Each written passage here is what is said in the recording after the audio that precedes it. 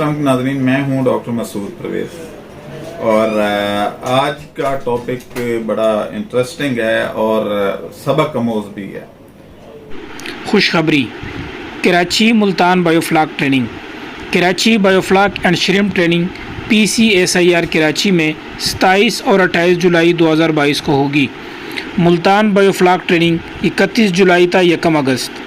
Registration के लिए अभी रब्ता करें 0300 400 9799 0300 8820 519। अक्सर लोग मेरे से पूछ रहे थे जी कि आप ने AC हाइब्रिड कैसे किया। तो ये बड़ी दिलचस्प स्टोरी है।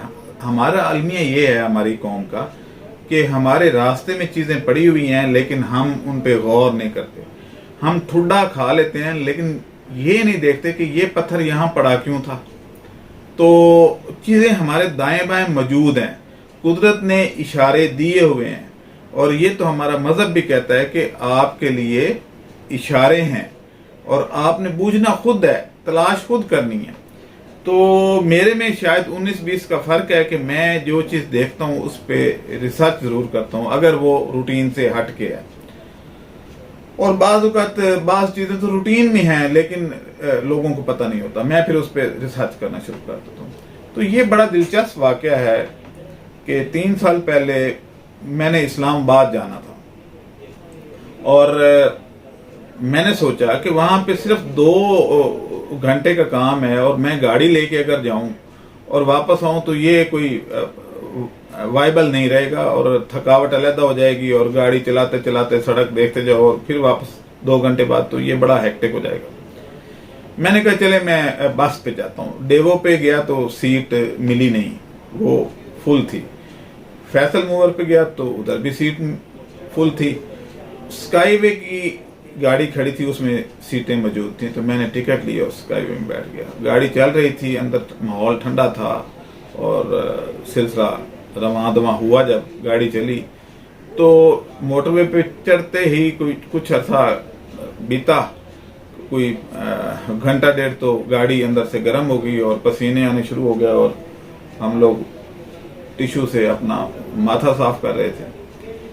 अब जैसे ही वो सूखे की पहुंची तो कंडक्टर ने क्या किया, कंडक्टर ने उसके पीछे से डिग्गी खोली और क्योंकि बस में जो एयर कंडीशनिंग यूनिट होता है वो डिग्गी में रखा होता है, तो उसने डिग्गी खोली, उसके ऊपर ठंडा पानी डाला, अंदर कूलिंग दोबारा पूरी हो गई और उसके बाद उसने फिर बस दौड़ा दी और बेरा में जाके फिर ऐसे किया और इस तरीके से 4 दफा वो रुकते रुकते इस्लामाबाद हमें बरल ठंडा ठंडा लेके पहुंच गया। मैंने जब ये देखा कि ये पानी फेंक रहा है और उससे कूलिंग ठीक ठाक हो जाती है और ये कुछ अर्सा रहती है और फिर वो ख़त्म हो जाती है, तो अभी ये चीज़ें मेरे दिमाग में पैदा हो गई कि there is some link between water cooling and air conditioning cooling. वो पानी फेंकने से, हालांकि वो एक्सटर्नली फेंक रहा था लेकिन उसका लिंक कोई है। तो इस पे मैंने फिर सोचना शुरू कर दिया कि यार वो लिंक जो है उस पे काम किया जाए। ये तो बड़ी वैल्यूएबल चीज़ है, आल्दो के कंडक्टर को नहीं पता कि क्या लिंक है लेकिन देयर इज लिंक। तो जब मैंने इस पे काम शुरू किया तो मैंने एक वाटर सर्कुलेशन किट बना ली। दिमाग में ये आया कि ये जो बार बार पानी फेंकता है वो पानी तो ज़ाया हो जाता है, तो क्यों ना एक ऐसी सर्कुलेशन किट बना ली जाए जिससे पानी जो है उसके जो कंप्रेसर है, क्योंकि कंप्रेसर बहुत गर्म हो जाता है, कंप्रेसर के इर्द गिर्द ठंडा पानी सर्कुलेट करे और उसकी जो जाली है जिसको आप कंडेंसर कहते हैं, तो उस कंडेंसर के ऊपर जो है वो अगर वो पानी गिरे तो अंदर कूलिंग बढ़ जाती है और इंजन कंफर्टेबल हो जाता है क्योंकि उसके ऊपर लोड भी कम हो जाता है। तो अगर, क्योंकि गाड़ी में मैकेनिकल एयर कंडीशनर होता है, तो अगर हम ऐसा कोई सिस्टम बना लें कि जिससे स्प्लिट AC के ऊपर भी यही शावरिंग सिस्टम करें तो वही पानी बार बार भरना ना पड़े, वही पानी जो है वो उसके ऊपर गिरे और फिर नीचे आ जाए, तो इससे क्या इफेक्ट आएगा। तो जब मैंने ये किया तो हैरान कुन इफेक्ट आया और उससे ये हुआ कि जो बिजली के एम्पेयर थे वो डाउन हो गए, यानी बिजली कम खर्च होना शुरू हो गई। ये मेरे लिए एक बड़ी क्या कहते हैं होपफुल सिचुएशन थी कि यार इस तरीके से अगर काम हो सकता है तो व्हाई नॉट इस टेक्नोलॉजी को कमर्शलाइज किया जाए।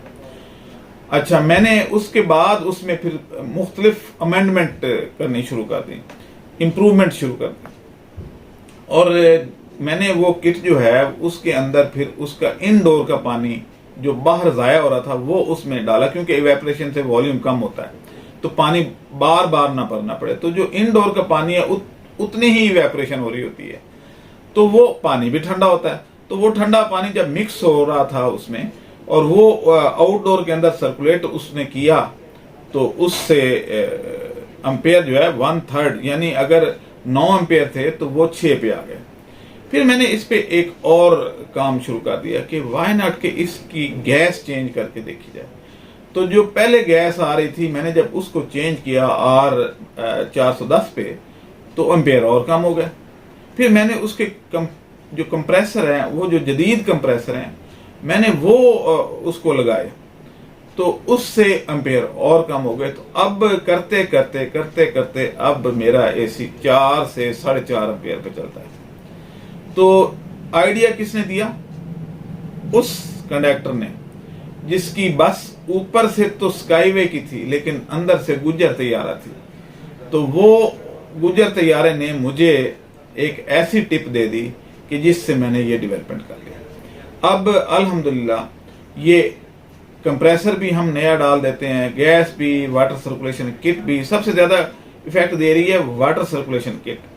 तो जब हमने वो लगाई तो उससे जो एम्पेयर हैं वो आधे से भी कम रह गए, आधे तो कम से कम हो गए, तो बिजली का बिल आता हो गया। अब मेरे जो दफ्तर का बिल है, इसमें 2 हाइब्रिड एसी लगे हुए हैं और पूरा दिन चलते हैं, क्योंकि मैं सुबह 10 बजे आता हूँ और रात 10-11 बज जाते हैं मुझे दफ्तर, तो एसी तो चल रहा होता है। तो वो पूरा दिन चलने के बावजूद मेरा बिल 11,000 है, 11,200 समथिंग। तो अगर इतना बिल कम आ जाए, और मेरा जो दफ्तर है वो चिल्ड होता है, यानी जो बंदा आता है वो कहता है जी एसी जरा स्लो कर दें। तो इस तरीके से ये डेवलपमेंट हुई। अब अगली जो डेवलपमेंट हम कर रहे हैं वो अगली वीडियो में डालेंगे, और वो ऐसी है डेवलपमेंट जिससे मेरा ये ख्याल है कि अगर वो आखिरी मराहिल में कामयाब हो जाती है, जबकि पहले वो 4 स्टेप तो कर चुकी है, टोटल 5 स्टेप्स हैं, तो 5वें पे हम काम कर रहे हैं। तो वो जब हो जाएगी तो उसके बाद मेरा ये ख्याल है कि हमें फ्यूल की बहुत ज़्यादा बचत हो जाएगी, और दूसरा ये है कि हमारे यहाँ बिजली भी हर घर में मुफ्त पैदा होना शुरू हो जाएगी। लेकिन मैं बिफोर टाइम उसको डिस्प्ले नहीं करना चाह रहा। उस पे पहले जो है वो सारे उसके जो टेस्ट हैं वो क्वालिफाई करेगी वो इन्वेंशन, तो मैं वीडियो पे डालूंगा। मैं लोगों की तरह नहीं करता कि जैसे फेक या वो चीज़ें डाल दूं जो बाद में मेरे लिए शर्मिंदगी का बायस बने। तो अगर मैं ऐसा कर दूं तो फिर मेरे में और आम लोगों में फ़र्क क्या रहा? यानी एक डॉक्टर होके भी अगर फेक वीडियो डालनी है तो फिर तो कोई फ़ायदा नहीं है। हाँ, ये हो सकता है कि कोई फेक डॉक्टर हो और वो फेक वीडियो डाल दे, तो फिर तो उसका वो हक बनता है, लेकिन मैं ऐसा नहीं कर सकता। अब मुझे इजाज़त दें लोग, क्योंकि लोग मेरे से पूछते हैं कि आपने ये कैसे किया, आपको ये आइडिया कहाँ से आया? तो ये आइडिया मुझे गुज्जर तैयारे और उस कंडक्टर ने दिया, और इसी तरीके से आपके इर्द गिर्द भी काम ऐसे हो रहे होते हैं जो आपको आप थोड़ा सा गौर करें तो उसमें से एक नई चीज़ निकल आती है। कुदरत आपको इशारे देती है, बाकी काम तो आपने करना है। कुदरत आपको पक्की पकाई चीज़ आपके मुंह में नहीं डालती, आपको कुछ मेहनत करनी होती है। तो आप मेहनत किया करें। इससे अगर ये थोड़ा सा ये काम कर लेना रिसर्च का, कि कुछ मेहनत कर लें, कुछ नई। यूरोप ने और क्या किया है? यूरोप ने और कुछ नहीं किया, उन्होंने रिसर्च ज्यादा की है। जितनी बुक्स हैं सारी यूरोपियन है, जितनी रिसर्च है उसमें 90% शेयर अमेरिकन और यूरोपियन का है, बल्कि इससे भी ज्यादा। तो हमने जब रिसर्च की नहीं है, हम सिर्फ पैरासाइट हैं, बस रोटी खा ली और पूरी दुनिया पे बोझ है और सो गए, बस कुछ नहीं किया। तो कुछ करें। ये कर लेंगे, कुछ ऐसी चीजें बना लेंगे, तो मैं ये यकीन दिलाता हूं कि आपकी चीजें वो लोग अगर लेना शुरू कर दें, आप टेक्नोलॉजी जब आप नई डेवलप करेंगे तो डेफिनेटली उनको हमारी जरूरत पड़ेगी। तो टेक्नोलॉजी हमेशा पैसे देती है। गन्ना या चावल उगा के पैसे नहीं आ सकते, टेक्नोलॉजी से आते हैं। आप ये देख लें कि 350 किलो की कार और 30-30 लाख रुपया वो लेते हैं हमसे सिर्फ टेक्नोलॉजी का। एक एयर कंडीशनर में प्लास्टिक कितनी लगती है? अगर तोल के बेचें प्लास्टिक को या जो अंदर लगा हुआ है तो मेरे ख्याल 5-10 हजार रुपए का, जो 1.25-1.5 लाख का एसी बिक रहा है। तो ये टेक्नोलॉजी है। बाकी मैंने बायोफ्लॉक टैंक बनाया तो लोग कहने लगे कि जी ये आपने जो प्लास्टिक है ये इतने की है, ये जाली, तो जाली का वजन इतना होगा तो ये इतने की बनेगी। तो ये चीजें जो हैं, बाकी चीज असल पैसे होते हैं टेक्नोलॉजी के, ना कि उसके वजन के। तो जब मैं शेड बनाता था, और अब भी खैर बना रहे हैं हम, लेकिन अब ज्यादा तवज्जो हमारी बायोफ्लॉक पे, शेड के लिए सिर्फ एक ही टीम अब है। तो वो लोग कहते जी इसमें जो है वो कितना लगा पेंट, कितने पाइप लगे, कितना ये।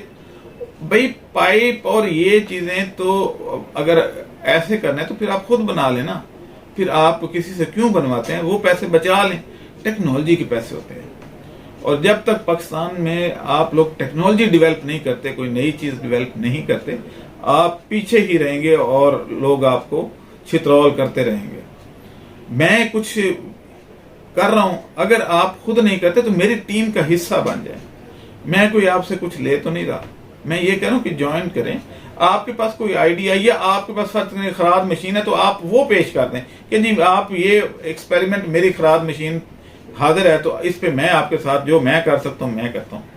कोई दूसरा बंदा है जो इंजीनियर है या इलेक्ट्रिशियन है, तो जो इलेक्ट्रिक का काम है वो अगर वो अपनी सर्विसेज ऑफर कर दे कि जी मैं आपकी हेल्प करने के लिए तैयार हूं, तो डेफिनेटली आप नहीं या मैं नहीं, हम मिलके कोई ऐसी चीज बना लेंगे। ये मेरी गारंटी है कि ऐसी चीज बन जाएगी। मैं आज आपको ये बात बता रहा हूं कि मैं अगर ये कल परसों जो वीडियो डलेगी आप देख लीजिएगा कि आपके कार की जो फ्यूल एवरेज है वो डबल हो जाएगी। मैं आपको एक्सपेरिमेंट करके बताऊंगा। मैंने एक गाड़ी इसी काम के लिए रखी हुई है। गाड़ी को हम, एक बाइक हमने हाइब्रिड की है, चला रहे हैं हम, कल उसका भी डिस्प्ले करेंगे। वो एक चार्ज में 130 किलोमीटर करेगी। तो ये सारी चीजें हो रही हैं, लेकिन ऐसा कुछ नहीं है कि हम बाहर से जो है वो चीजें मंगवा के चाइना से और इधर असेंबल कर देंगे। ये टेक्नोलॉजी हमारी इंडिजिनस होगी और ये चाइना से ज्यादा इफेक्टिव होगी, बशर्ते कि आप लोग मेरे साथ आएं। और इसमें क्योंकि मुझे देर लगती है, मैं अकेला आदमी क्या कर सकता हूं? मैं ये करूं, मैं बायोफ्लॉक ट्रेनिंग दूं, मैं श्रिम्प फार्मिंग करवाऊं, एक्सपोर्ट कराऊं, ये सारा कुछ, अगर ये सारा कुछ मैंने ही करना है तो फिर आपने क्या करना है? चलें, अब मुझे इजाजत दें। अल्लाह हाफिज। हमारे चैनल को सब्सक्राइब करें और साथ में बेल आइकन को भी दबा दें ताकि हमारी हर नई आने वाली वीडियो आप तक बआसानी पहुंच सके।